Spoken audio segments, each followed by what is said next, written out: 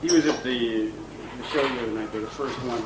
Okay. Said that one thing that kind of characterized the audience was their flexibility. They would, if you did something kind of on the hardcore side, they would start moshing. If you did something more where you started just playing your acoustic, they would sit there and listen. Right. And when you started up the hit songs, they would kind of go into a jumping frenzy. Right. How did you feel about that kind of an audience? I mean, was it different? Very polite, very responsive, which is not always the case in the States. Oh, really? Yeah. It's just more of a kind of a riot in the States? No, I mean, they were more, flexible. They were more open-minded, I guess, and polite. Maybe a little more willing to listen to what you were going to do. Yeah. Wanted to hear everything, every last note. Yeah. And in America, they're not as patient. They just want to hear a big drum beat and a big guitar and stuff, which is not really my thing. That's it. I'm really into acoustic music and stuff. I think like acoustic, you can. I don't know. It's really easy to pick up a loud guitar and be really angry, but it's harder to pick up an acoustic guitar and make that be punk rock.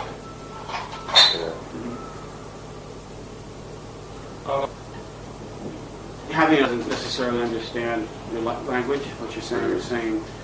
Is there like a new or fresh side to that as well? I mean, it might not all be negative, having a wall communication.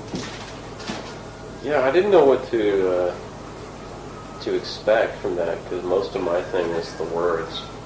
I don't really think of myself as a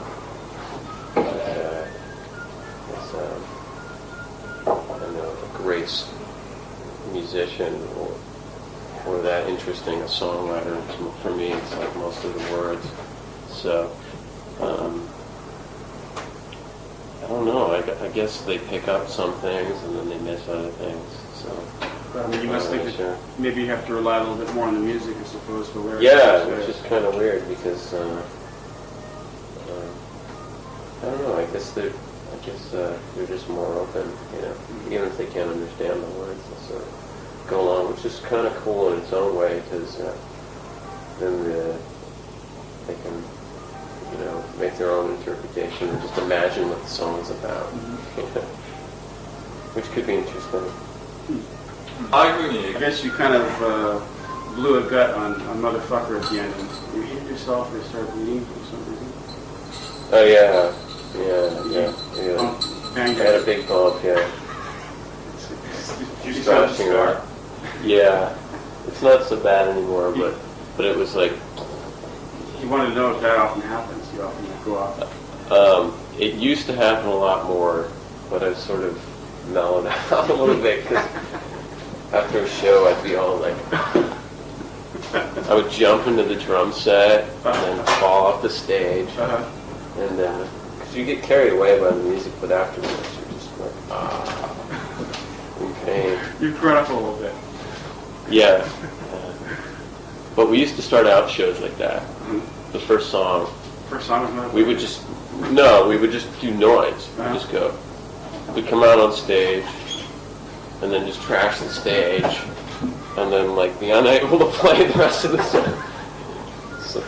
I mean, it was kind of, we were sort of shooting ourselves in the leg, because we would come out and do that, and then everything would be all unplugged, and we have to spend 10 minutes plugging everything back in and setting it all up again, and then start the show. Was that your solo set, or was this when you had a band? No, this is when we first started playing. With this band? How long ago was that? About 9 months ago. Barely, not even that long. It's a baby band, because it's always been just me, and when I played live, I just played by myself. Sometimes I had a drummer, and when I recorded, I played all the instruments. So So yeah, it's a new band. Wondering, you ended the other night's show, the first night here in Japan, on a very sort of dramatic note with Motherfucker. He was wondering if you normally bring things back into or bring things back into perspective by performing a more sedate tune normally after having done something like that, or do you usually end on that kind of a note? It's always different. Sometimes we have a noise jam. Sometimes we like I have this little Casio keyboard, and I'll play. We do the song with that. It's sort of like, I don't know, sort of a mixture between Motorhead and Kraftwerk or something. It's always different.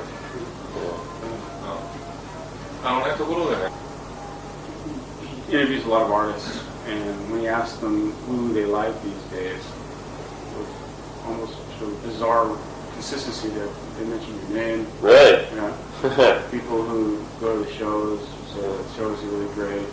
You seem to be drawing an inordinate amount of praise from various quarters, which often, he mentions, leads an artist to feel compelled to live up to expectations and maybe limit his scope in order to live up to those expectations. In your case, I mean, first of all, you seem rather surprised that you are drawing that kind of praise. It seems sort of like, I don't know, maybe, I don't know, it seems like in America, I don't know, it's just, yeah, it doesn't seem like we're that popular with other musicians, you know. I don't know a lot of other bands, so I don't really know. But yeah, that does surprise me. So this overwhelming popularity he's talking about hasn't reached you yet. Hasn't reached me. Yeah. But as far as like staying in one thing, I'm always trying to stretch it, you know. Because yeah, making it more noisy and then more quiet, you know. Delving into the extremes more. A lot of guys, some artists I should say, when they make their major label debut, they can often put their real creativity on the back burner. In your case, do you think there's anything that could sort of quiet that side of you, that could interfere with the free flow of ideas? Well, when Loser started to get a lot of attention, there was, I think the song was sort of taken out of context, and I can only speak for America, but it seemed like in America people had molded me into like this like, I don't know, it'd be hard for me to describe, but something sort of like this goofy, loopy sort of hip-hop kid or something like that, which I'm not, you know, I'm basically a folk musician. I'm really, like, serious about, like, you know, Delta blues and country, and I love music, and I'm a musician first. Like, my foray into rap was sort of really accidental, and so I forgot the question. What was the question? We're asking you about how you're a free flow of ideas inhibited by the... So like all that, you know, that sort of like freaked me out for a while, but then I sort of realized that that's just, you know, the media or other people make you up to whatever they want you to be, and I knew that wasn't me, so it hasn't really affected me. I'm still writing songs, and it's a real personal thing for me. I do it for myself, and if something comes out that like I should record or put out, then I'll do it. You know. Sort of follow your own instinct out. Yeah. As your own musician. I don't make a big deal out of it either. You know, like expectations and all that. It really doesn't. At the end of the day, it doesn't really matter. You know, there's gonna be something else that's hot next year and the year after that, and you know, so you can't really play that game and win. You just gotta please yourself.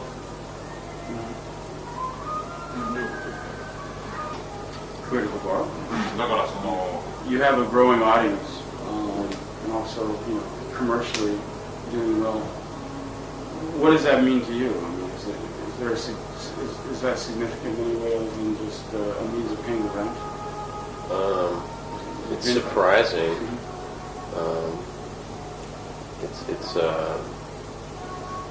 It's a really recent turn of events, so I haven't really formed any idea about it. I guess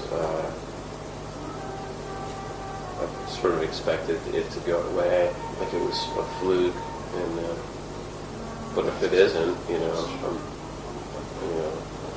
I'll be happy with that. You know, I love doing what I'm doing. So, but it's not certainly nothing I ever expected. It's sort of bizarre. Nothing I was prepared for. Essential to you that your record be listened to by a lot of people. Is that important to you? That you reach a large audience?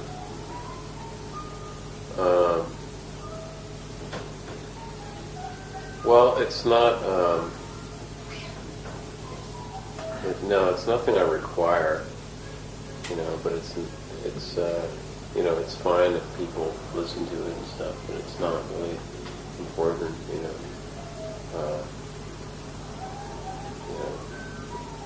Music doesn't really need to be validated to be good music. You know, it can. A lot of my favorite music was largely unknown to the mass public, and it doesn't really have anything to do with if the music's good or not. But, what about paying for the rent and keeping food on the table? And have to go through sleeping on people's floors and shit. Right. Well, you know, I can do that again too. I'm more used to that than I am to this.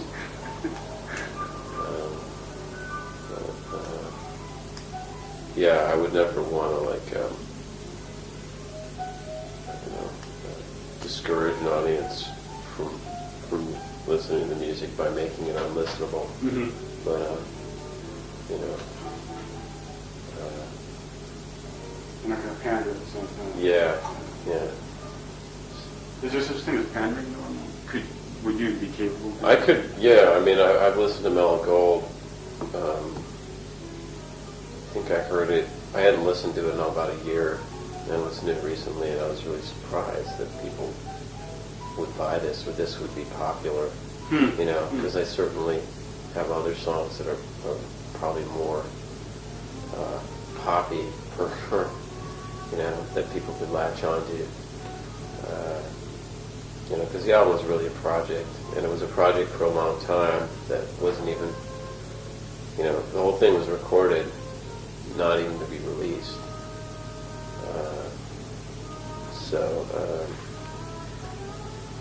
When the song got popular, I had all this stuff, so I said, well, let's just put this out.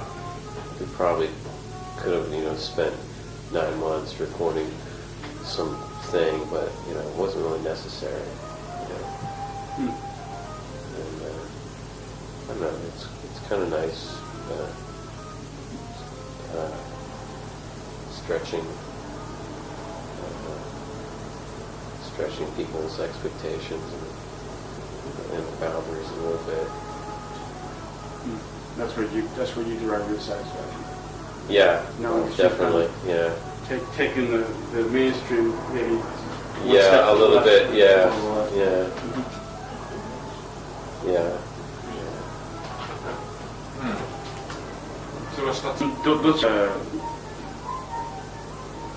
was talking about how a lot of artists cite you as one of the newer acts they're pleased with, and in that sense, I guess you've had a certain degree of influence over the popular music scene. One thing that seems to go over well is the humor in the music, sort of humorous element. One thing you probably have derived satisfaction from then is the fact that you could be influential to this degree. I mean, is that something that you've been pleased with? I didn't even know. Who are these people? I want to know who these people are. Who are these people who are like... There's some, the British music scene has a lot of them. Oh, really? Yeah. Like who? Right. I can remember, oh, really? I personally remember Radiohead. Oh, really? Yeah, Radiohead said, like, they said that you probably didn't understand why you were popular. I don't.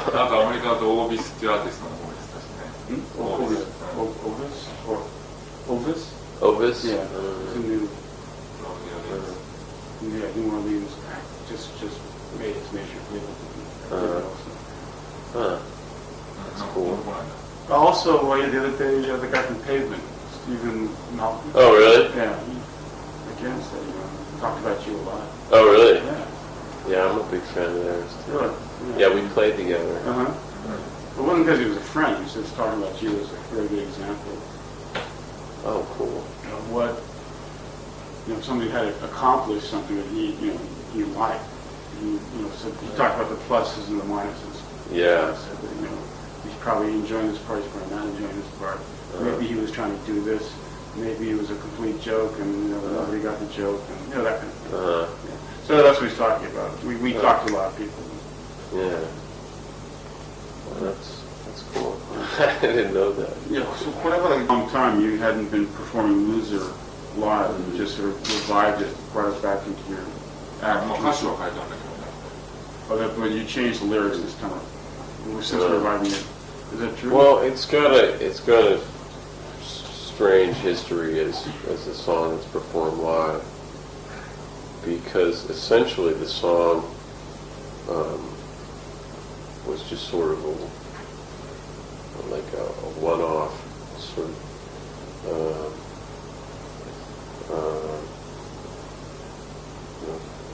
joke that I recorded it about 3.5 years ago at a friend's house on his 8-track, and we just did it one night.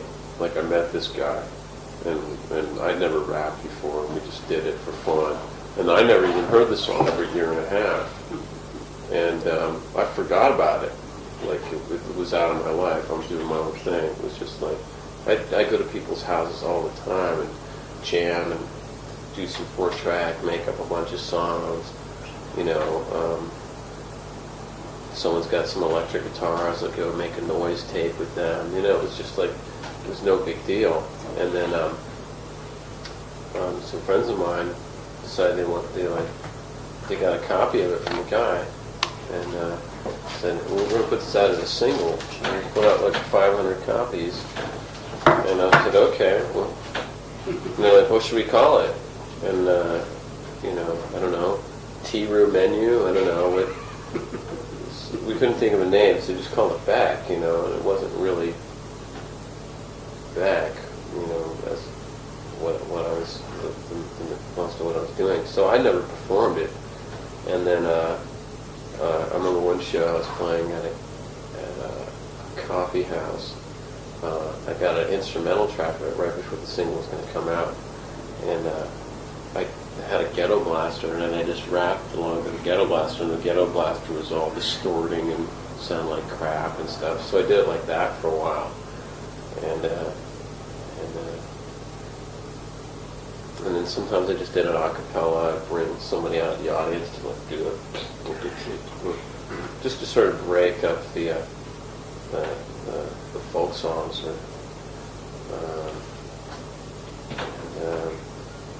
So I never really took it serious, and then it sort of became a hit on its own, and eventually got a band, and we did a sort of raucous version of it. It was sort of like the punk rock version of it for a while. That would, in the midway through the song, turn into a fusion, Spyro Gyro Jam, which would immediately clear half of the audience out of the house. We did that for a couple of months, and then and then we finally, the last show's finally coming together because the stuff was all recorded with tape loops and sampling and stuff, and I've now gotten the chance to get some of that equipment, and we use it live now. So now we just do it every show. But of course I changed the lyrics. I can't say I'm a loser with a straight face. You know, it was just, that wasn't even supposed to be the lyrics. That was just, we were going to go back and finish the song. I was just making up random things to say in the chorus so I wouldn't forget the melody. You know,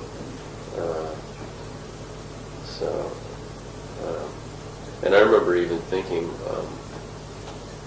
you know, maybe about a year and a half, 2 years after we recorded it, there was a song called Creep. I think it's a Radiohead song. That's right. And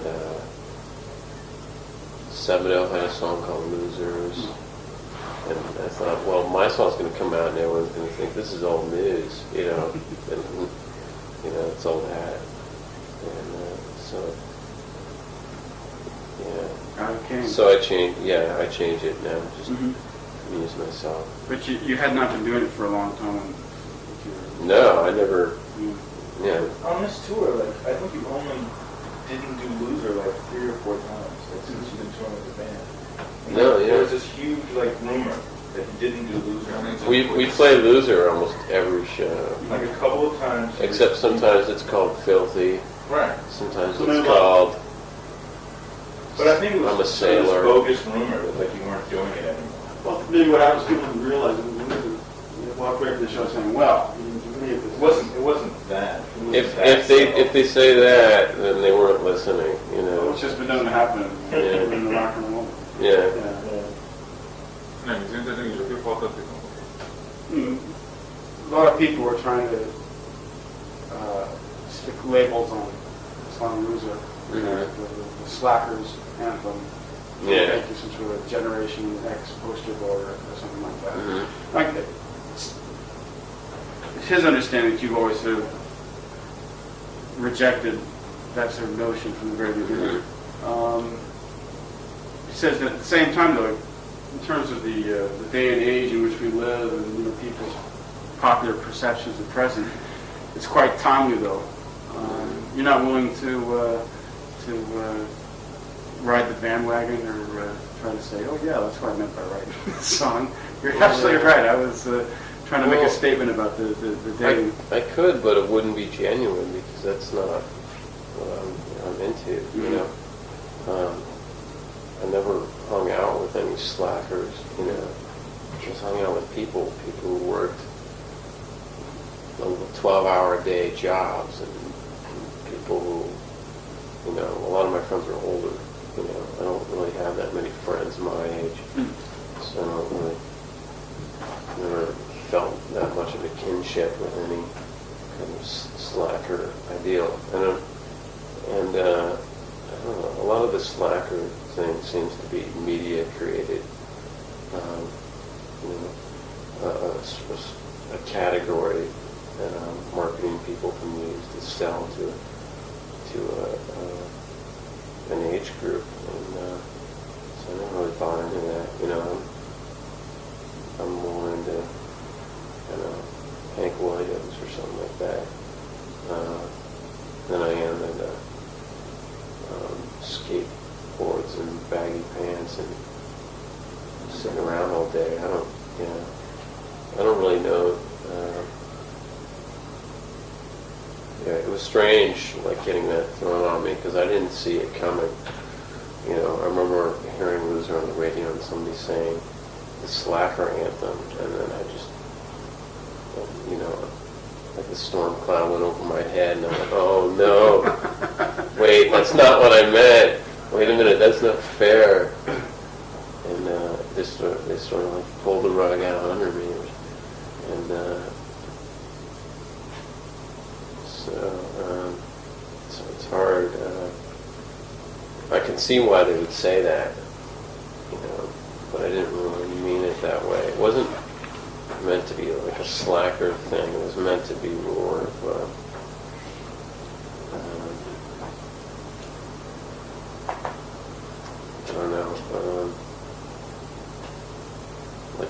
individuality thing or something.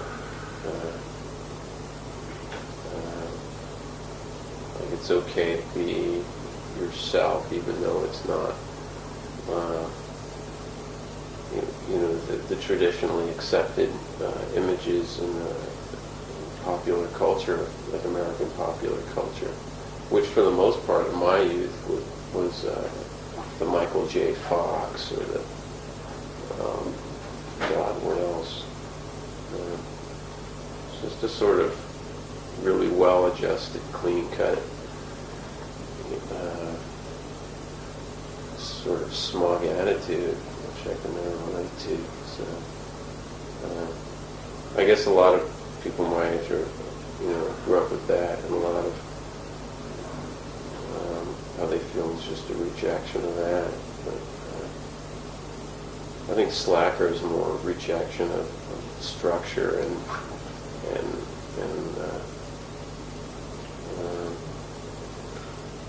rejection of formula and cliches. So, in that sense, in that sense, I could relate to it. Yeah. Mm-hmm. But that's as far. But not the stereotypical slacker. Rejection of the work ethic. Celebration of mediocrity or a celebration of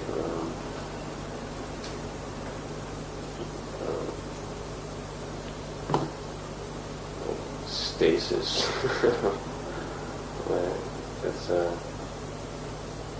That's sort of dangerous. It seems sort of what the powers that be would want, or the authority, sort of numb sheep mentality or something. Mm-hmm. That mentality doesn't really equate freedom and individuality. It sort of equates just like a mindless herd.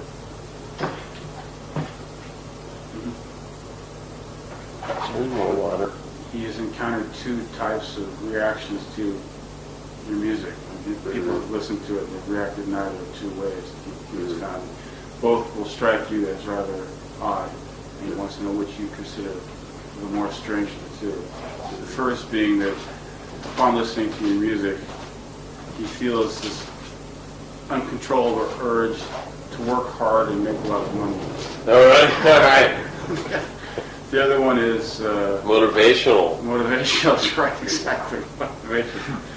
And the other one is sensitivity to gentleness to others that cannot be sensed from rock music otherwise. Oh, really? Mm-hmm. I don't know if either of them were strange.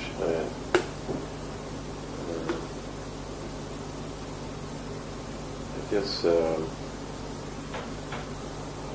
don't know, I used to collect motivational tapes a lot, so maybe somehow that seeped into the music somehow, I don't know. Like what do you say, motivational tapes, like what? I just think they're hilarious. You know, that You're a winner and you... yeah, like, your maximum point of power is now, the past is a canceled check. Reach, grasp, a future. The future is a shell with a pearl. Take that pearl, fine as a grain of sand. That will lead you to a road of real estate and whatever. Yeah. Does that spill over into the music, maybe? Maybe, yeah. Uh-huh. Yeah. You yourself, you can be kind of an overachiever, can't you? Me? Yeah, it seems like you've been listening to the record, there's a lot of energy went into it. Yeah, it's a little bit spastic, trying to do too many things at once. But oh well. It's all in the spirit of enjoyment.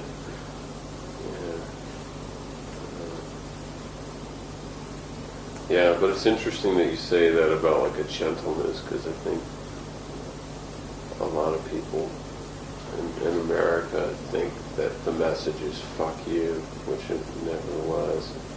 You never would want to alienate people, you know. And Woody Guthrie wrote an article or an essay in a book of his about how songs shouldn't make people feel bad, you know.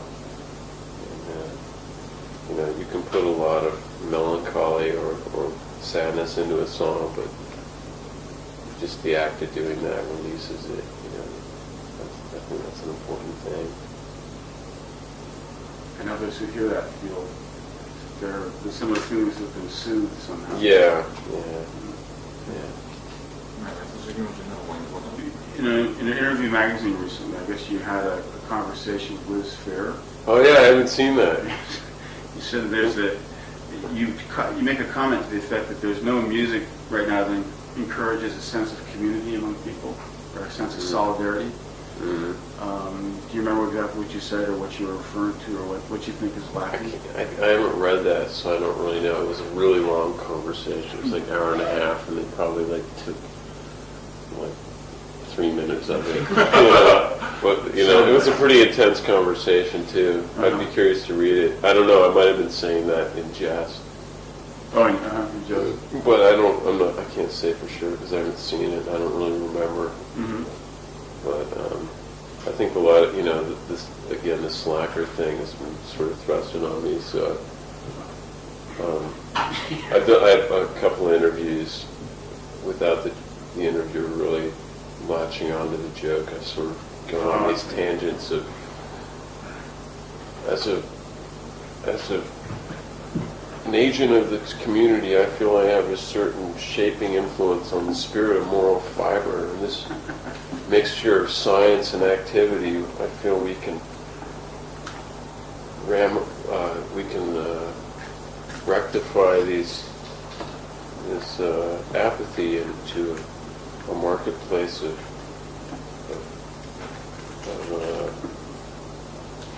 excitement and empowerment, and I don't know, just go on and on. So I can't really say what I meant.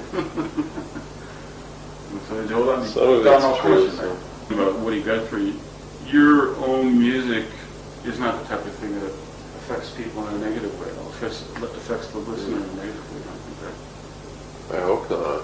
Yeah. So I'm familiar with it. There's a Nirvana song called Negative Creep. On their first record, yeah. He was wondering what you think of something like that. I think it's sort of a joke, isn't it? I mean, when I first heard that song, I thought it was really funny. But I think people, would take something like that, take it as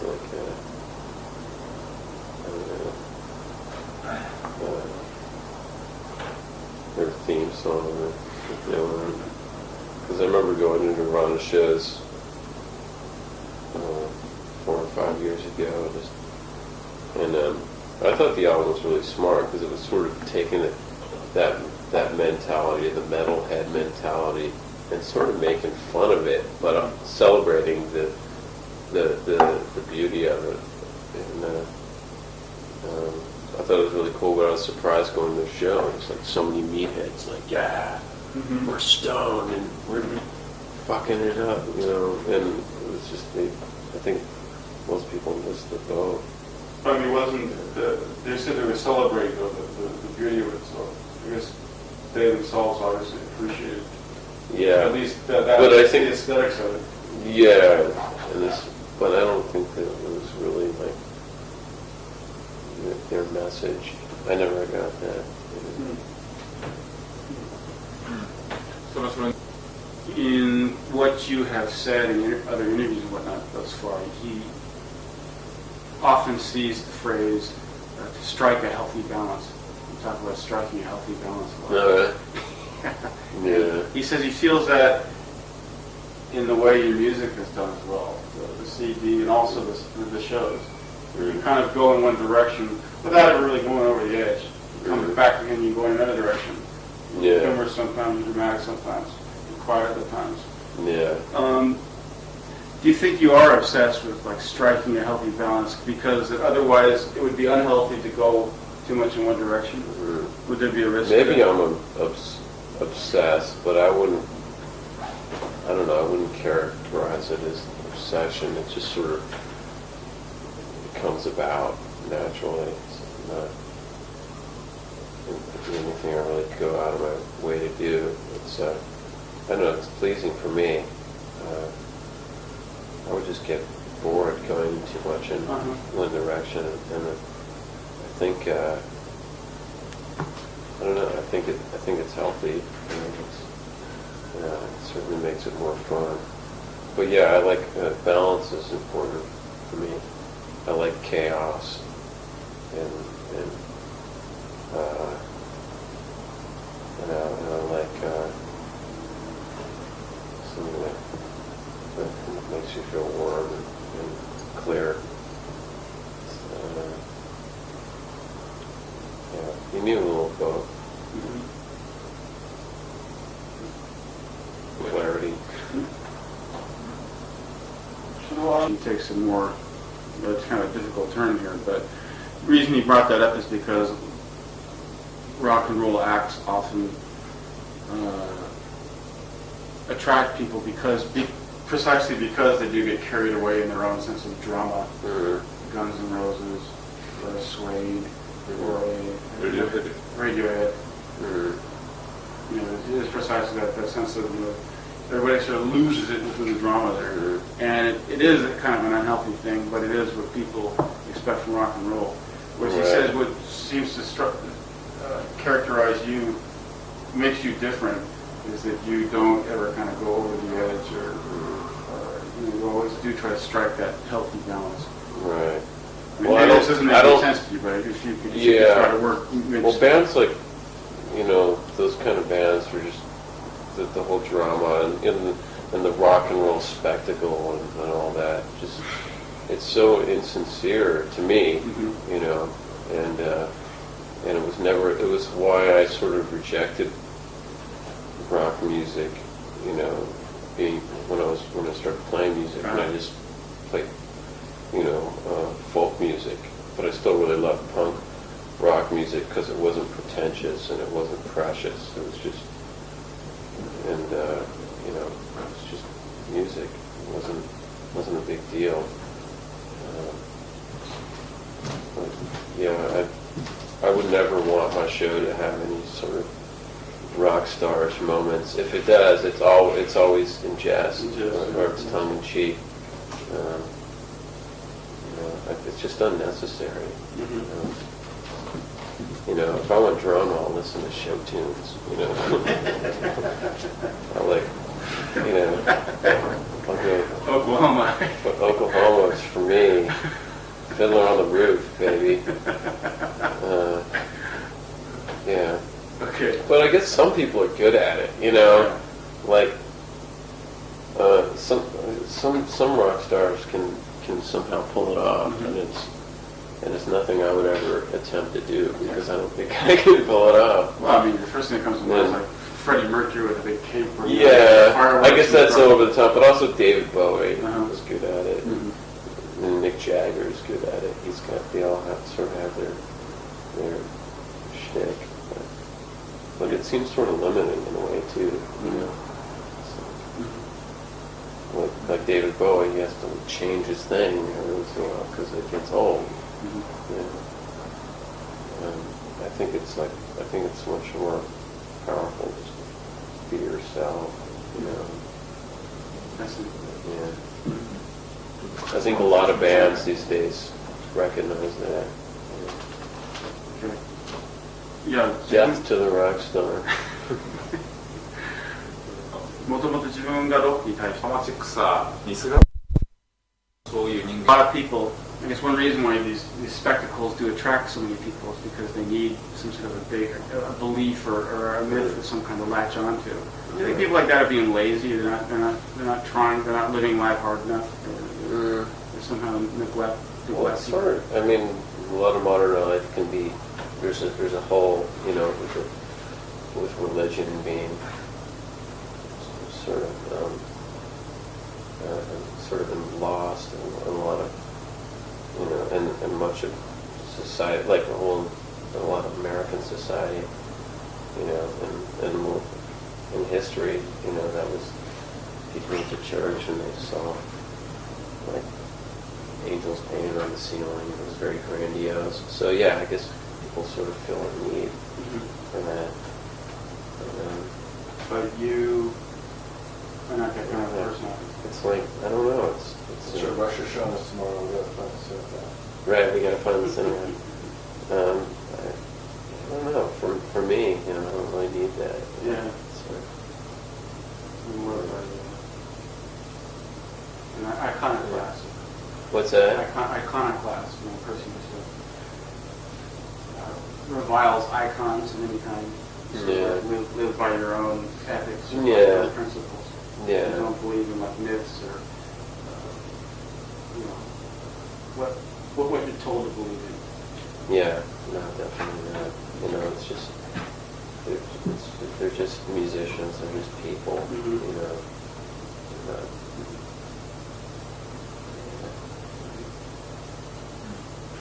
So saying like a very detached, kind of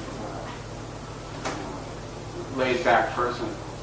Do you have any obsessions that you think guide your behavior, or things like any sort of beliefs that you would? Am I crazy? Really? What's that? Am I really crazy? Do I go home and like grow fangs and run around in llama skins and burn bark to Yeah, right. That's the question. to pagan gods?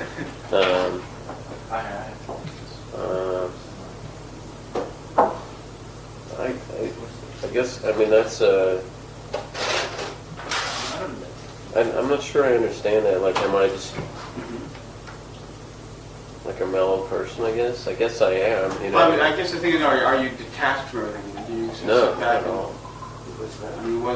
What do you think? No. You talked about No. you didn't like the spectacle of rock and roll because you thought it was insincere. So I guess Yeah. integrity. No, I'm not cut off from emotion or anything like that. No. So obviously the sincerity and integrity mean a lot to you as a musician. Honesty, maybe. Definitely, yeah. I'm just,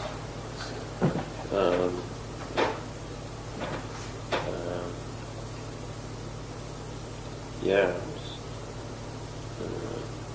normal. Yeah, no, I don't think we're giving you enough here. Yeah, yeah.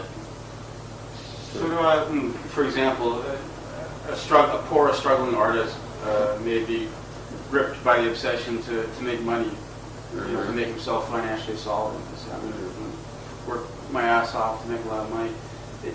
Having that one objective makes life a little bit easier because that's all you really have to think about. But in your case, obviously, your spectrum's a bit wider.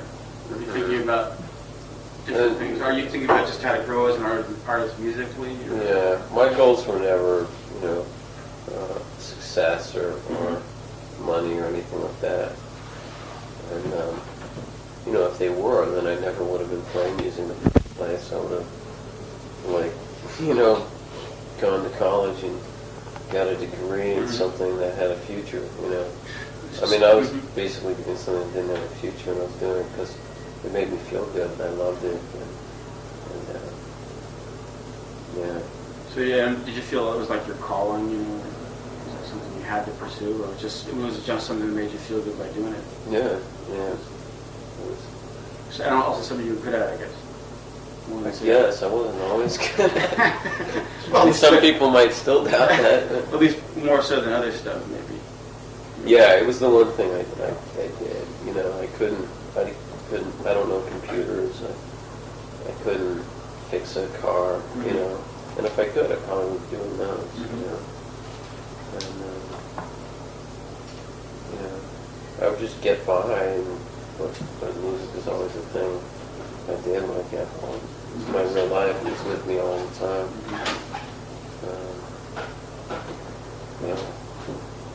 But it was like the goal was always just to write better songs and sort of figure out what I was trying to say. Mm-hmm. And, Polish your craft. take all the ideas in your head and be able to translate them into this entity. Mm-hmm. So I guess that's the goal. Mm-hmm. Might I ask you a little bit about your background?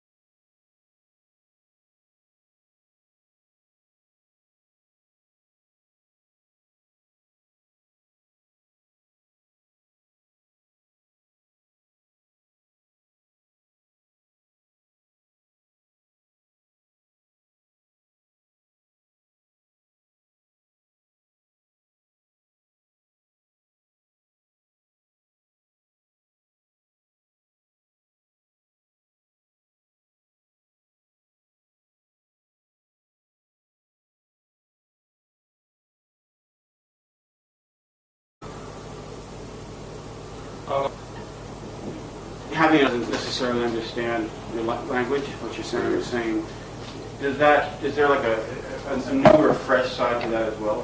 I mean, it might not all be negative, having a wall communication.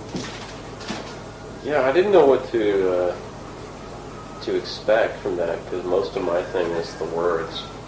I don't really think of myself as a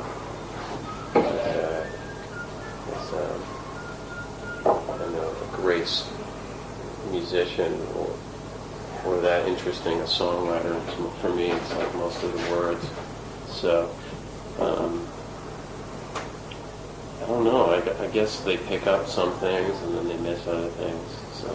But I mean, you must think that maybe you have to rely a little bit more on the music as opposed to the lyrics. Yeah, which is kind of weird because I don't know. I guess they're just more open, you know.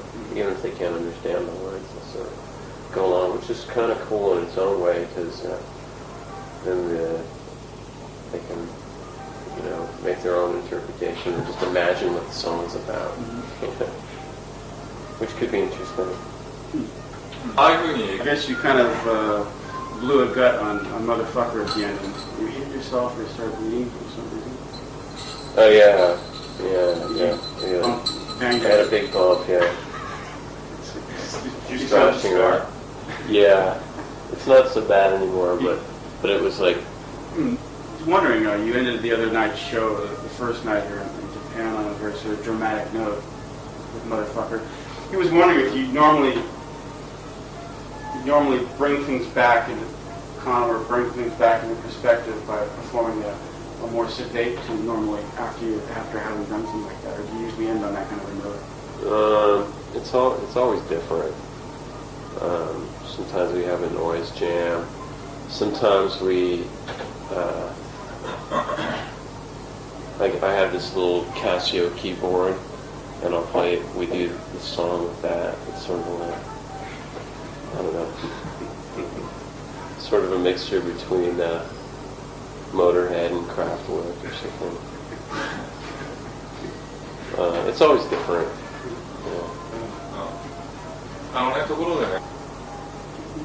He interviews a lot of artists, and when he asks them who they like these days, there's almost sort of bizarre consistency that they mention your name. Right. Yeah. People who go to the shows, say the shows are really great.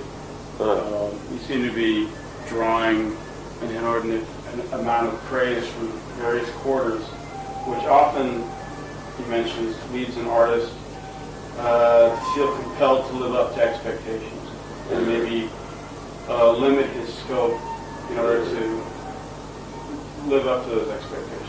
In your case, I mean, first of all, you seem rather surprised that you are drawing that kind of praise. It seems sort of like... You want to know if that often happens. You often go out. It used to happen a lot more, but I've sort of mellowed out a little bit, because after a show, I'd be all like...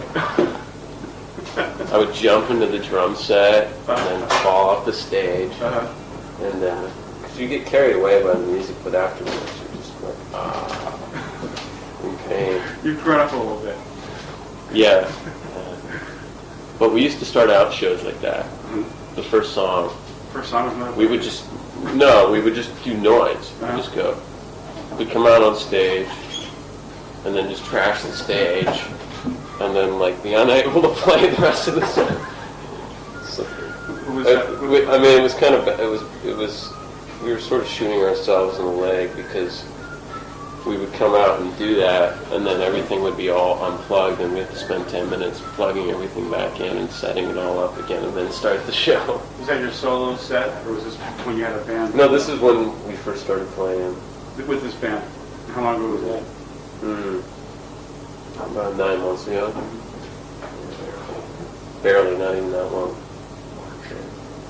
It's a baby band. Because it's always been just me, and when I played live, I just played by myself. Sometimes I had a drummer, and when I recorded, I played all the instruments. So yeah, it's a new band. He was at the show the other night, the first one. Okay. Said that one thing that kind of characterized the audience was their flexibility. They would, if you did something kind of on the hardcore side, they would start moshing. If you did something more where you started just playing your acoustic, they would sit there and listen. Right. And when you started up the hit songs, they would kind of go into a jumping frenzy. Right. How did you feel about that kind of an audience? I mean, was it different? Very polite, very responsive, which is not always the case in the States. Oh, really? Yeah. It's just more of a kind of a riot in the States? No, I mean, they were more, flexible. They were more open-minded, I guess, and polite. Maybe a little more willing to listen to what you were going to do. Yeah. Wanted to hear everything, every last note. Yeah. And in America, they're not as patient. They just want to hear a big drum beat and a big guitar and stuff, which is not really my thing.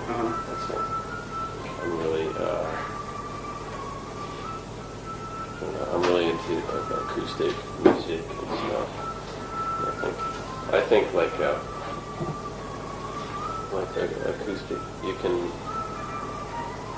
I don't know. It's really easy to pick up a loud guitar and be really angry, but it's harder to pick up an acoustic guitar and make that be folk rock. But I don't know. Maybe I don't know. It seems like in America, I don't know. It's just it doesn't seem like we're that popular with musicians, I don't know a lot of other bands, so I don't really know. I'm not, but that does surprise me. So this overwhelming popularity he's talking about hasn't reached you yet. It hasn't reached me. Yeah. But as far as like staying in one thing, I'm always trying to stretch it, because making it more noisy and then more quiet, delving into the extremes more.